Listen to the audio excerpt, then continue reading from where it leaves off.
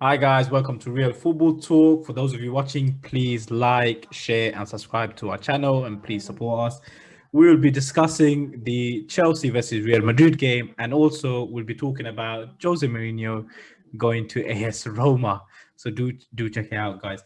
Um, Cam, I'll come first to you with regards to the Chelsea versus Madrid game. What did you make of that second leg? I mean, it seemed like the first leg all over again.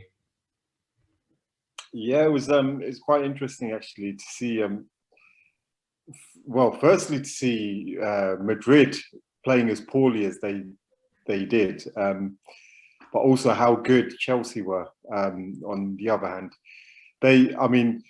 Chelsea. The game started with Madrid. They had a couple of good chances with Benzema, but they actually generally they kept the ball. There was no urgency, but I thought they had the right tactic at the start. They were just being patient. Yeah, But but I then mean, the patience became wearing. They took too long to create the they weren't chances. Cam. They weren't putting anything in the box or anything for the striker to feed off. They weren't looking for any attacking pass or anything, or they weren't trying to get the ball into Benzema or Hazard, the key But players. the first chance that came Benzema's way, that was actually a really good move. I mean, they built it up really patiently, side to side, and then into Benzema, and he's had his shot and brilliant save by the keeper. So I thought they would continue like that, but then there was no penetration. As soon as they got to the final third, they started going sideways and backwards again. So you're right, yeah. But all I'm saying is initially I thought they weren't rushing it. They had the right idea. They were just getting themselves into the game. But when you do that, you'd expect the other team not to have the ball. But actually, every time Chelsea got the ball, they looked more dangerous than not just in the counters, but they then dictated the possession at times as well. Chelsea did. So I do think Madrid missed a trick there. And you got to hats off to Chelsea. Give it to Chelsea. They've done really Deserved it. well. Thoroughly deserved it, didn't it? Yeah. They pressed really well. It looked like one of those games that, because they had so many chances that they didn't put away, 1-on-1s, hitting the bar and stuff. So you just thought it was going to be one of those games where Madrid will get a late equaliser or something until Chelsea got that second goal. I was expecting a different game in the second half from Madrid, but it just didn't come. Adi, what would you make of? I mean, Chelsea, they just seem to like have a game plan stacked to it and just literally dismantle this Madrid side who had, I mean, a lot of players coming back from injury, but even then. Yeah, Chelsea played a bit similar to the way City set up yesterday, where they sat off in the first half, looked like slightly nervous. Obviously, got the goal, and then second half really went for it, went for the kill. But I thought Real Madrid's game plan was poor. I mean, I thought that everything about the tactics was confusing. If you're gonna play as open as they were in the first half, then you gotta play with pace. You gotta get the ball in the box. The formation that they played, how open they played, actually didn't make sense for the tempo they were playing. So I actually thought they got everything wrong, and they played into Chelsea's hand. The slow tempo was terrible. You went against the team dropping off and not pressing in that first half. High tempo is the only way you're going to cause them problems, because they're putting men behind the ball. What's the point of putting a system where you're going to have Ferland Mendy right up top as a left forward, and never use him in the whole game? They never look to even get the ball to him. You're playing Hazard as a striker. You didn't look to play the ball into him. Even the chance for Benzema, that was after 20 minutes of the game, and it wasn't because of Real Madrid's great play. It's actually the one time Chelsea got a bit lazy in getting back into position, and suddenly the ball went into Hazard, they left it two for two at the back, and that was more down to Chelsea's laziness than any great play from Real Madrid. So I thought actually the tactics of Real Madrid was poor, and it didn't make sense for the way they set up. If you're going to set up open, you're going to ask Vinicius to play a wingback. You're going to play, a 3-5-2, and also push Militao and Nacho out wide and kind of leaves Sergio Ramos isolated as a centre back on his own. The wide play so open with a slow tempo. If you're going for it, go for it. Actually caused, and that's why they ended up going 1-0 down, because they had a formation where they're trying to be brave, but it's so easy to pick off because they ultimately leave it one man at the back, and Nacho and Edamir to having to run back to get back into position because you're making them play so out wide like fullbacks. So what's the point of being so brave in your formation and playing in such a negative way? It's just contradictory. But I think, like the funny thing, the only time Vinicius Jr. kind of ran at Tuchel was just before he got substituted. I mean, that in itself, it just explains the whole... I think what is Zidane. This is the real only criticism Zidane you can make of Zidane is he has his favorites, and a lot of them are the French-speaking French guys or his signings. So what happens is he shifts players around to fit his guys in. So if you're going to play Ferland Mendy that high up, as if a left winger, then wouldn't it have been better playing Vinicius on that side? If you're gonna ask him to a wing back role, do it on the side. Ask him to do it on the side where he's actually causes problems. Comfortable. It made more sense for Ferland Mendy to play centre back, which he has done in a 3. He's done it quite a lot this season. So it made more sense for him to play there today because of the pace of Werner, and because you're chasing the game. So I thought Zidane got his selection totally wrong today. And obviously, it's easier to say after the scoreline, but even if that had gone through, the selection was wrong. Even taking Vinicius off was a poor. Ferland Mendy was doing anything in the game. Do you get it? They had to switch. They had to switch Vinicius to the side where he's actually a threat. He never plays well on the right. It's a bit like the Rashford situation. Plays better on the left, but can't play that well on the right. But this is the thing. Like, I mean, you can see their midfield was just getting overrun by any of the Chelsea player that was dribbling at them. So what I was surprised is maybe just maybe take Kroos or someone off to put someone who's a bit more mobile in there that could actually win that ball back with Casemiro. Yeah. To kind of what they did was they kept Kroos and Casemiro in midfield, and they moved Modric into the 10. So that's what I mean. They played really quite a attacking formation in the actual way they were playing and set up and their positioning. So it was crazy for me to see how slow they were playing, because you're committing so many people up at the front, and you're not even getting the ball to them quick enough to cause Chelsea any problem. Zidane definitely got it wrong. I thought Real Madrid were poor, and they were lucky not to get a hiding today. I mean, really, that should have been 6-7-0 comfortably. I mean, Chelsea's finishing was terrible, and that's the only hope Real Madrid had was how bad Chelsea's finishing was. I mean, they had clear cut chances. Never think from Real Madrid's performance that they were ever going to get a goal anyway. It was that bad. 6 clear cut chances Chelsea did. Yeah. The thing is, we're talking a lot about the how bad Madrid were, but we also need to remember how good Chelsea were.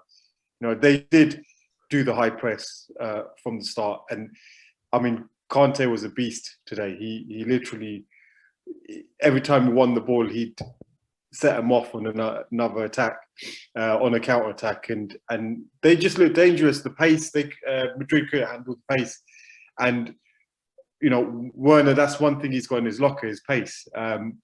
And I think overall, Chelsea were just. I think a lot of those players are coming into form at the right time. we're in the back end of the season, and they're looking like they're the fourth team for the Champions League spot. But if you go back to the first half, Chelsea showed their game plan in the first half, and they dominated the whole first half, and they played the same way as they did in the second half. So the criticism for Real Madrid is because Chelsea showed their best in the first half. They showed what they were going to do. And Real Madrid, what they did was they made changes to kind of make them look more attacking, but they done nothing to actually combat the control that Chelsea had in that first leg. So, I think Real Madrid should rightly get criticized because everyone, Chelsea didn't actually do anything different from the first leg. They played exactly, it's the same tactics that work. It's Kante breaking, doing the combination play, overrunning their midfield. It was the exact same recipe in the first leg. So the criticism is more down to the fact that you saw what Chelsea's going to do, you know what they're going to do in the second leg, and still you done nothing about it. I mean, is it because he just hasn't got the personnel, Adil? Of course he has the personnel. We're talking about Madrid.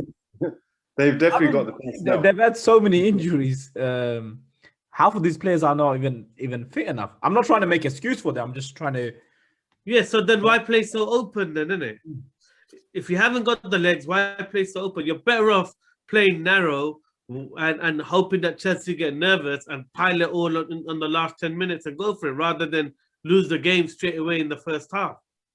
Well, if you're going to play open, go for it. Like they've done previously where they put Sergio Ramos up front and, he gets a header in there somehow. They could have done that. Yeah, I mean, Sergio Ramos, obviously you can fault him for both goals. He was at fault for both goals.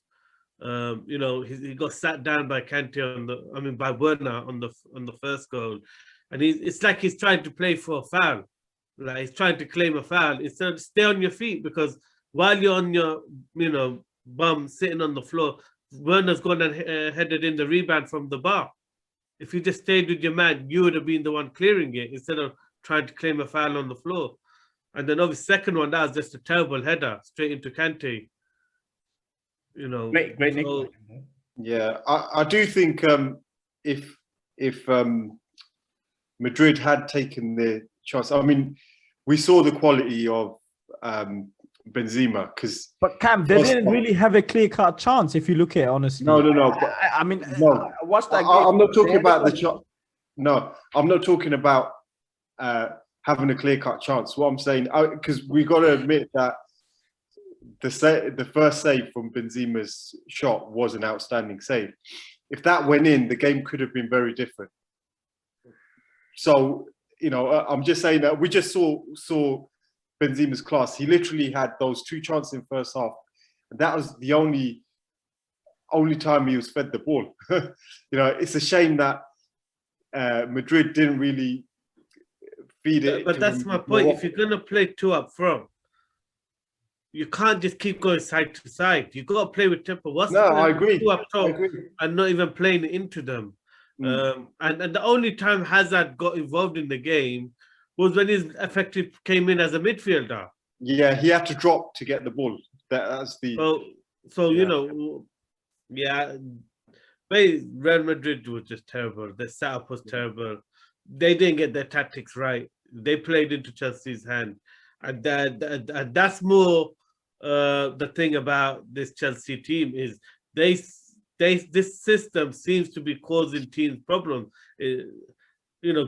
That's quite a few good teams now that have decided to change their system to counterattack Tuchel's system and ended up losing. So I think not everyone's kind of mastered or figured out how to play against this Chelsea 2-10 one up top system, wing back system, but they're struggling. How much credit does Tuchel deserve, Cam? Because he's taken over from Lampard, where he seemed like doom and gloom for Chelsea, and then he just changed the whole course of now they can potentially do a double. Yeah. Well, firstly, I think Chelsea have anytime a new manager comes in, you've got that new manager bounce. So that's always helpful. But I think Tuchel shown that it's more than just that. You can see it in some of their results, and obviously a new manager bounce lasts 5 or 10 games or whatever. He's obviously he's in a cup final. He's in 2 cup finals. Finals, yeah, 2 cup finals, and to be honest, I don't think they're going to finish 4th. I think they're going to finish 3rd. They'll probably take Leicester. So yeah, he's done really well. And remember, this is a squad he's inherited by and large. So it's this summer's going to be quite interesting to see how who he brings in and how they got on from there. Yeah. But I definitely he deserves the plaudits. I mean, the thing was the performances and the way they've dominated so many games. I mean, for us, it gets boring to kind of do reviews of Chelsea because it's just so one-sided, the games that they're playing. And I mean, it's more than a bounce simply because of the way he's developed everyone. I mean, look at the way they're playing. Even the way they played against City in the FA Cup. They dominate that game. I mean, City didn't really create many chances. Second half they pressed, but the whole game Chelsea were quite comfortable to sit on that lead, and that, So I think, Tuchel is definitely showing his class to everyone. I think, we said it quite a few times. Still kind of shocked at how many people doubted his ability. He's showing it now that he's one of the elite managers. The reason people doubted it is probably because they got rid of a club legend, Lampard, and that's why maybe he wasn't getting that much attention as he surely deserved. Adu, in terms of the final itself, Man City versus Chelsea, what do you think? Because I mean, we're gonna pretty much have a showdown of it on Saturday. Yeah, there's a precursor on Saturday, so they're playing each other. So that should be good because, in a way, City have a free hit because they got the league title won. So they could. I don't know if Pep but Pep could maybe try and experiment, try a few things out in this game, knowing that he's got a free hit at this Chelsea system because whatever he tried last time didn't work. I thought in the FA Cup game, Chelsea were quite comfortable against City. I know City came strong in the second half, but they didn't create anything. It was more Chelsea protecting the lead rather than, City really overrunning them. So yeah. I think this performance, after this performance against Real Madrid, people are going to start thinking twice about. Yesterday, everyone's like, City's won the Champions League already. They've won it. They've already etched Manchester City's name. And now seeing the way Chelsea team performed today, I think a lot more people think, hold on a minute, let me think about this a bit more. I'm not sure. Saturday could give me a big indication. But I think one thing. Go on, Cam. Sorry. No, I was going to say, I think one thing in Chelsea's favour as a club is they seem to change manager and get results still when it comes to trophies, right? So that's something in their favour. Obviously, experience, some of these players probably haven't won as much as some of the previous Chelsea players, but I think this final could go either way.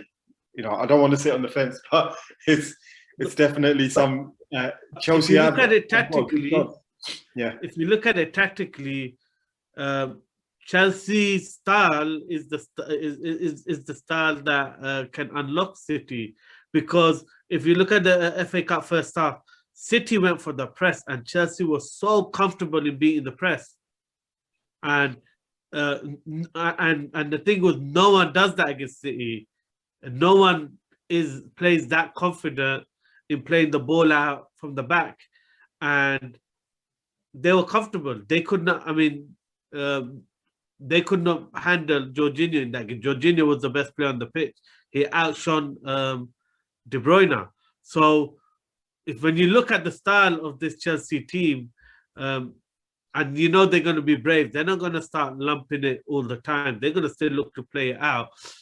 If City press like they did in the first half, they will give up chances. Now, the question will be: is this City front line good enough to put away any of those chances? Because in the final, is the go. Whoever's clinical is well. Every game is like that, but I think with the pressure of a final, it becomes even more important.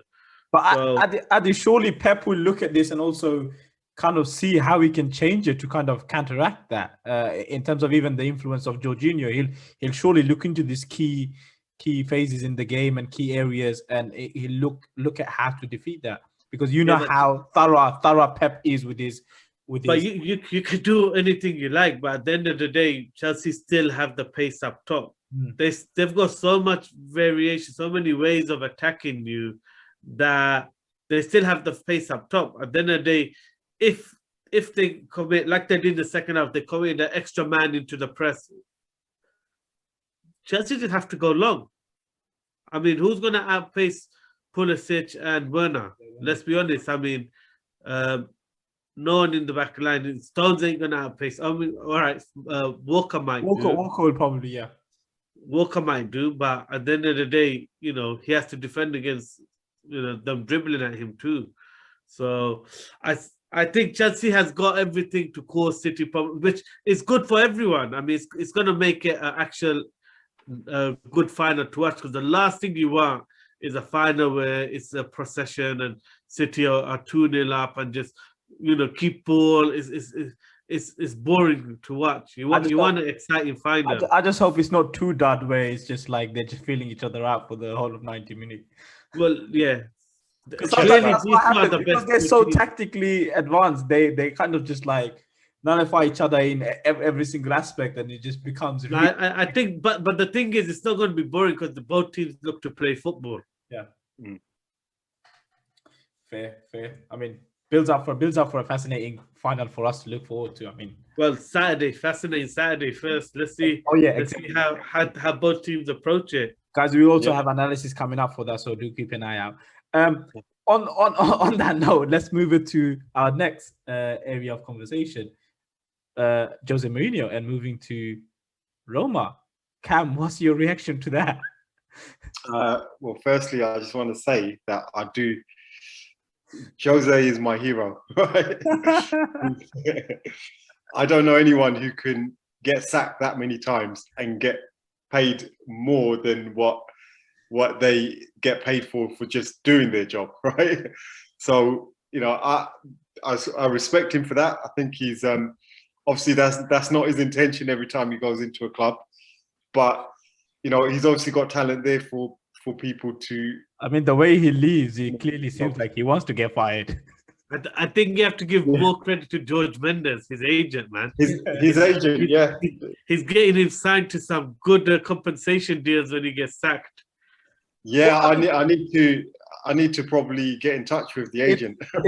You see that interesting say that, because his new contract there, Roma, also has loads of clauses. Payments. Yeah, and clauses like if they get into the Champions League, it gets a large sum, etc. So again, that's how George Mendes does it. Yeah, apparently that's why he got sacked before the cup final. Yeah, because it's outside of Europe, European places. But the thing is, I think that that's part of the reason why he actually completely goes into this mode of disinterested, is because when he's had enough with the club, it's more beneficial for him to let the team rot and things to play out the way it does, because he's going to get a big payout. So when he gets fed up at a club, that's what he does. He kind of just destroys it and lets it run its course and causes more problems. So I think, all right, his bank balance might look good, but at the end of the day, there's a reason why he's going to Roma now. Because of this attitude where he kind of just lets a team completely go downhill when he's decided he'd rather leave. But what does he see in Roma? Do you know what? I think they might actually suit his style of play, especially in Italy. We're talking, Italy's known for a defensive style of football. So they don't like him up there. They do not like him up there.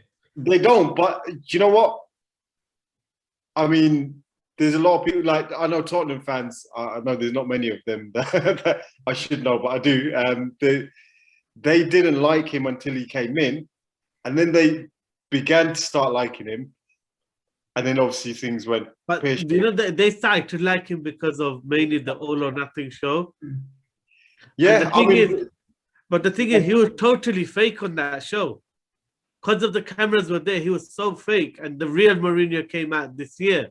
And that's why he was over the moon when there was no All or Nothing recording everything, because he was being so fake.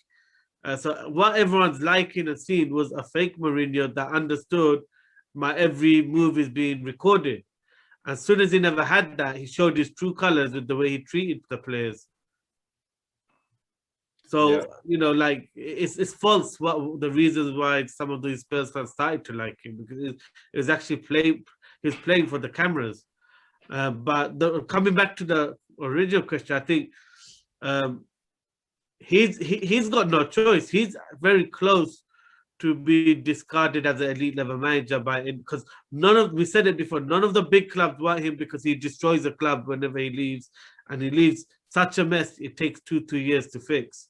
I'm surprised. Other than Chelsea, but I'm surprised that Tottenham, didn't figure that out before they signed him, because surely he's done it so many times before in Premier League that I think Tottenham could have dodged that bullet.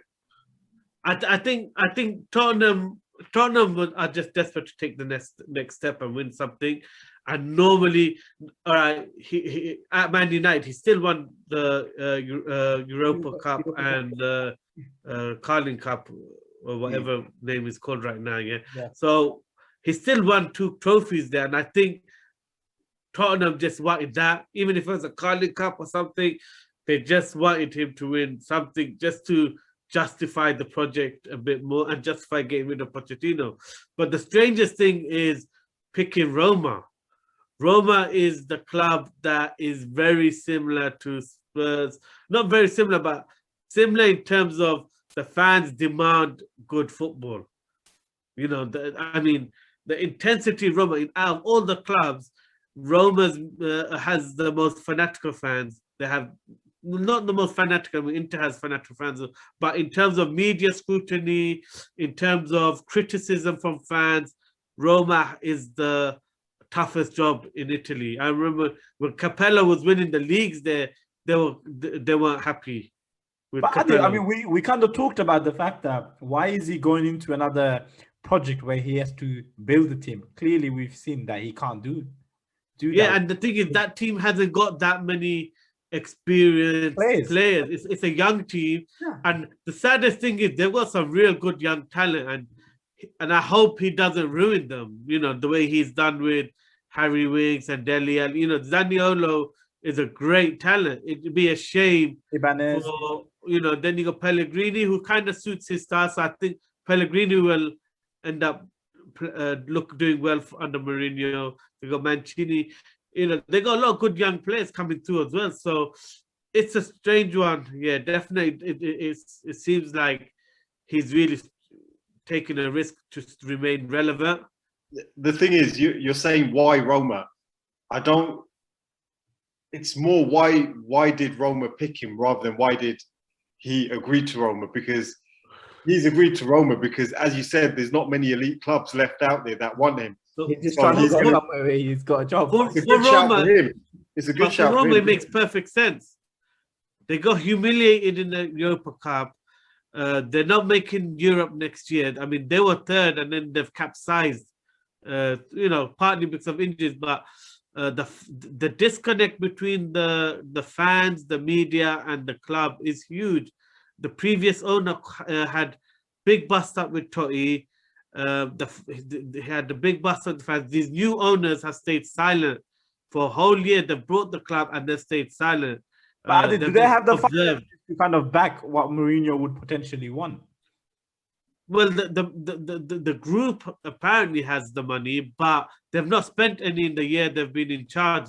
So it's a really fractured club at the moment, as in the fans do not like the owners. They hated the previous owners, and they're very suspicious of this owner because he's spent no money. He's said nothing.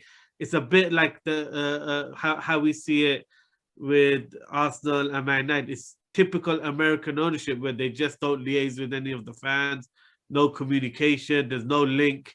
So what's happened is, and I'm telling you, Roma is a hotbed when it comes to media scrutiny. It's worse than with any other club in Italy. Adi, I'm gonna just ask it. How long are we giving Mourinho in that job? But the thing is, I think he's been given that job without any pressure, without any expectations. So that's the only thing that will probably extend it slightly, is because with Spurs, there was still expectation of top 4 or Europe. There were still pressures there because of the stadium move. I think with Roma, there is no pressure. So he could actually do a project if he wanted to. But I just don't see it as a good fit with the fans. I mean, right now the fans are jubilant because Mourinho has a great reputation in Italy.